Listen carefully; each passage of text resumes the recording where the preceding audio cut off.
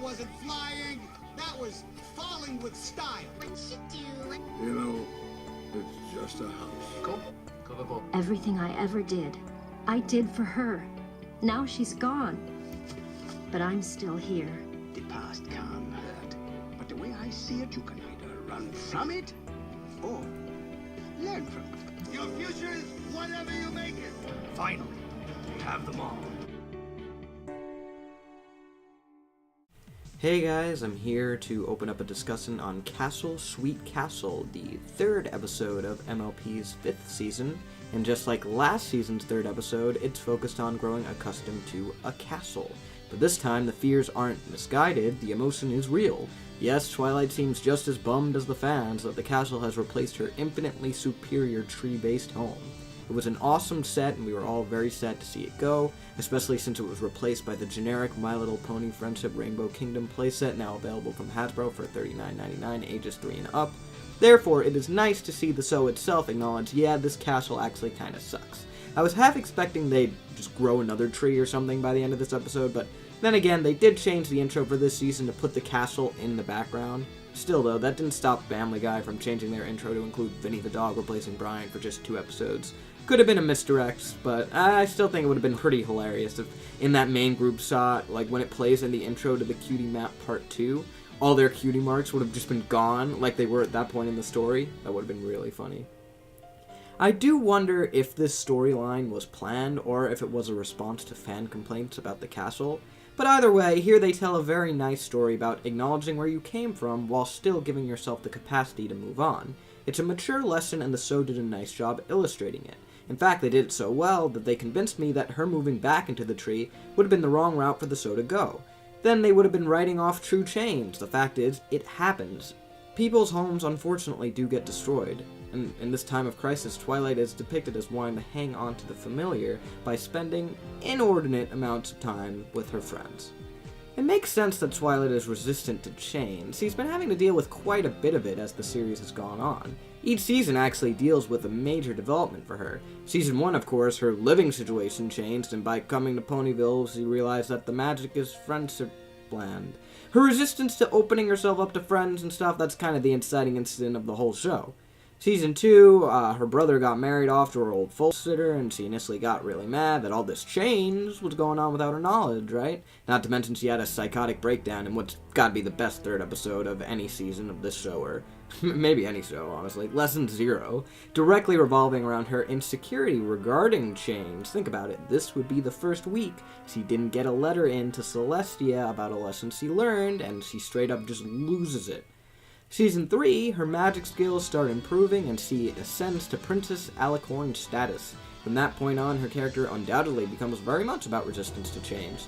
Season 4, her wings give her a hard time, she doesn't really feel comfortable with her new home, she feels useless, out of place, and then her home gets wrecked and she's now supposed to live in this big, cold, empty castle. What's gonna happen to her in Season 5?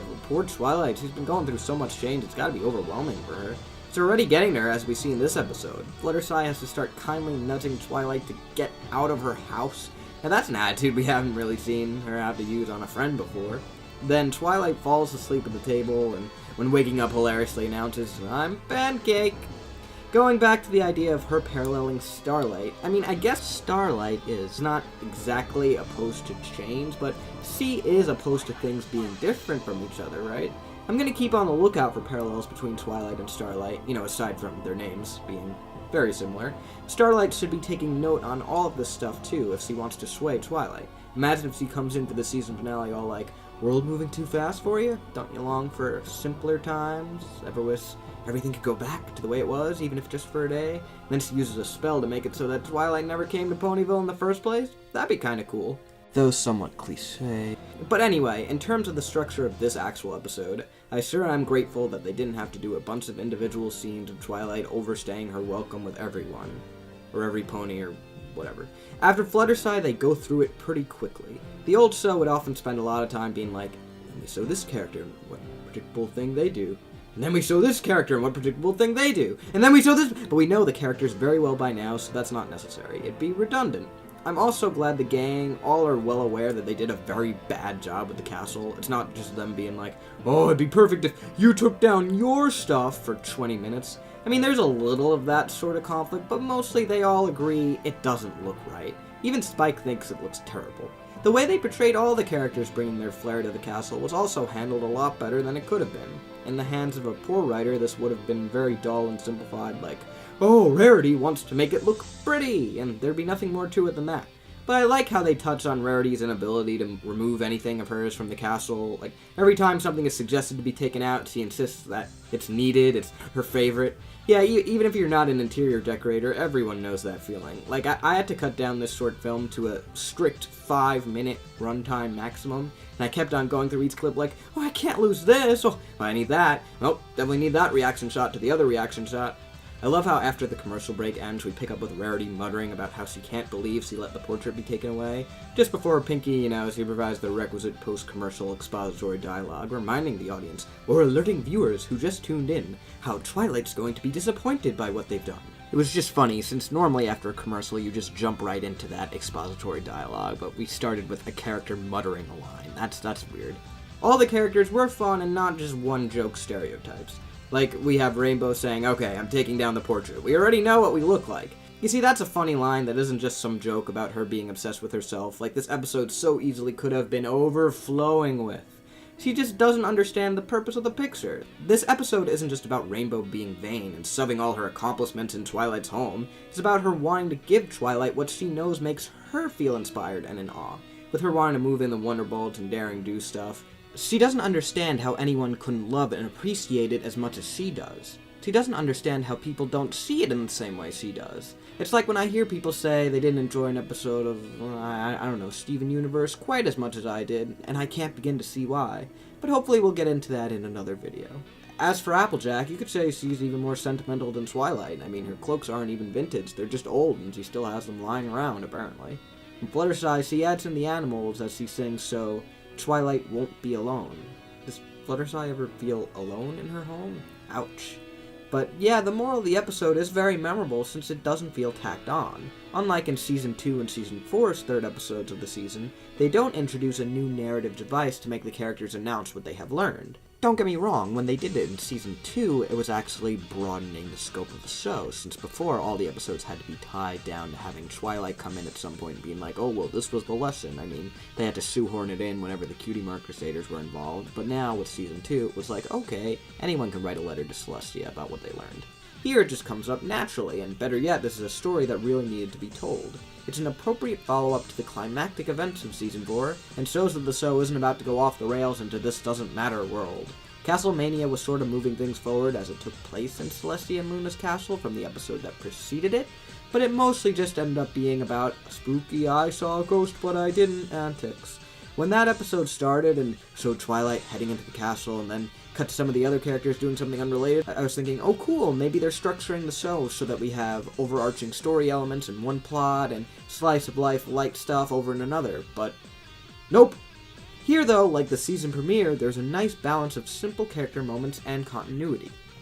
Just because she's leaving her old home behind doesn't mean it's forgotten. It doesn't mean that it won't matter to her anymore. It's still a part of who she is that will always be with her. It's sort of like what Woody and Andy have to learn in Toy Story 3.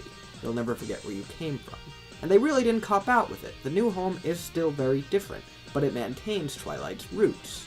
Literally, which I have to admit was pretty clever.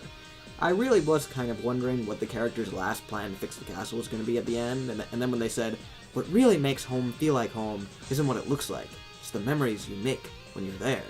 I was thinking they'd just be like, so close your eyes and reminisce, because we didn't change anything. Remember when we did that? Remember when we did this? Then Twilight would have been all like, you're lazy, like you did nothing, you just kicked them out. But no, they didn't do something lame like that and try to pass it off. It was like, yeah, no, that's the lesson, that's what we did. They further illustrate this moral with some well-utilized callbacks to old episodes. It's great when a show can reference a past event that we actually saw happen. It's so much better than when a show does that thing where a character's like, oh, but I try really hard in school, and their mom's like, yet you still got a D in gym last year, even though we never saw that happen. The moments they all bring up here, the sleepover, the Sonic Rainboom crash, they all actually occurred on the show. I noticed there were a good amount of Season 1 callbacks, actually, and it's great to see a show in its 5th season still acknowledging its own roots. Seems appropriate considering what the episode's about, no? All the memories about the tree were nice to hear about, and Pinky's line, "Remember the time I got blown up?" was hysterical. The song was good. I like how it ends gracefully, and the next sounds you hear are balloons popping and squawking an annoying noise. I was hoping we'd get a reprise to properly express the moral, and we did, and that was great too. Though the first line of the initial, take of the song, "Let's all work together," it sounded weirdly auto-tuned on the word together. Maybe it's just me, I don't know, but Ashley Ball, she's a great singer, so I'm not sure why they would have auto-tuned her. Some other side notes, I dug how Pinky lost a tablespoon in one of the pancakes once he nearly swallows it. She says that she wins. And then later how she similarly loses the confetti cannons all around the castle. I hope those keep going off throughout the season, that'd be funny. Nice use of bulk biceps and his side career as a masseuse. The other masseuse was also pretty funny when he broke through the wall, and she's just like, "Oh, I hate it when he does that," as if that's an everyday occurrence where she works. She had an amusing voice too, really funny voice, and her name is Aloe, apparently, that's fitting. Also, Spike is actually right when he mentions that excuse to Stall about how they should take the scenic route home. Walking is good for after a massage session since it helps your body readjust and allows it to settle into a marginally different, new alignment. Yeah, I looked it up, I was curious. Because you wouldn't think some sort of stupid excuse would actually be accurate. Who knew? I would say he's also right that babies are terrible sleepers. Now that I think about it, the saying "sleep like a baby" doesn't really make any sense. You lay them down in the crib at night, and then the second you walk away, they start wailing. Yeah. Other than that, Pinky's line, "Wow, Fluttershy, I didn't know you could be loud enough to echo," was very funny. Twilight justifying the friends doing nothing by saying they're preserving the integrity of the original design was good. We get another reference to the running gag that Rainbow loves her cider, Daring Do as well. I like how the show maintains the characteristics it introduces, makes the characters feel real. And speaking of, we get another acknowledgement of Spike's crush on Rarity with the visual gag of him sleeping with a toy Rarity. That's interesting. It's even funnier since no one acknowledges this, despite Rarity having the next line in which she takes advantage of his desire to please her. Maybe she didn't even notice, but she didn't even act all weirded out by it. She just gave her the idea to send him off with Twi. All in all, I'm very glad that we got this episode, since the thought that Twilight would have gotten over her home being destroyed that easily doesn't make any sense. Remember how in Tradia she brought all those old books she was going to get rid of back in because they had good memories or whatever, and then presumably those were all destroyed too? Ouch. Nice to see a Twilight-centric episode again, as the two-parter, for the first time, I think, didn't really revolve around her. It was actually more of a Fluttershy episode.